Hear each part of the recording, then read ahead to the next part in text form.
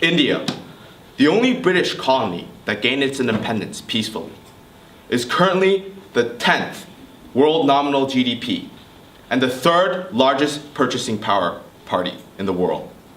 Who would have imagined that India would gain this much success in 67 years? And being compared to the British African colonies, this success was huge. And to understand this, we must go into the background of these two colonies. In 1757, after the Battle of Plassey, India was taken over by the British East India Company. And in 1858, the British government took control over India.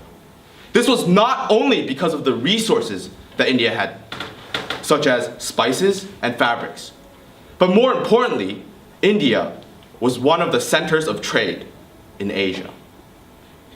Now, the British African colonies, on the other hand, had different advantages. They had vast amount of lands, and they also had slaves, which meant free labor for the British colonies. And because of two different advantages, these two colonies had different results.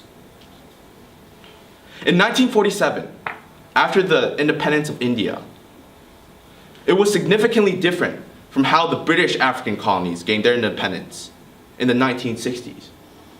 However, this was not a surprise to the Indian people. It was May 2nd, 1946.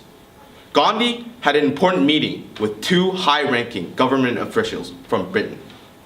And during this meeting, he left, just to apply soft mud on the sprained leg of his goat. Azula Ahmad remarked.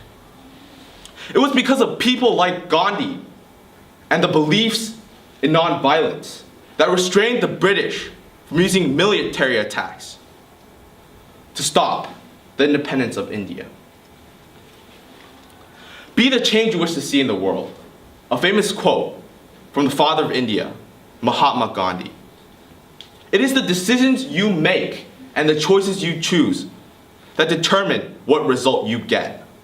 And this is why the British African colonies got their independence differently.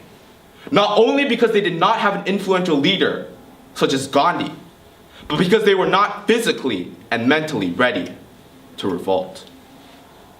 According to BBC, another reason why India got its independence peacefully was because of Subhash Chandra Bose's Indian Civil Army. During World War II, the British helped India rebuild its army and also granted them advanced weaponry, which meant that if they were to revolt as a whole, the British might lose. And so the British evacuated from India, and India got its independence peacefully. The British African colonies, on the other hand, were not as fortunate. During World War II, they had little to no help from any other country other than themselves, which meant that they were fighting this battle alone. Countless people died, millions of families shattered. And because Africa was a main contribution to Britain's agricultural income, and also one of the last few colonies that British still had hold of, the British did not want to lose this land more than ever, which meant that they went through a really bad fight. And this brings up an even worse question. Why do the weak need to listen to the strong? Why do we need to fight for a righteous freedom? Thank you.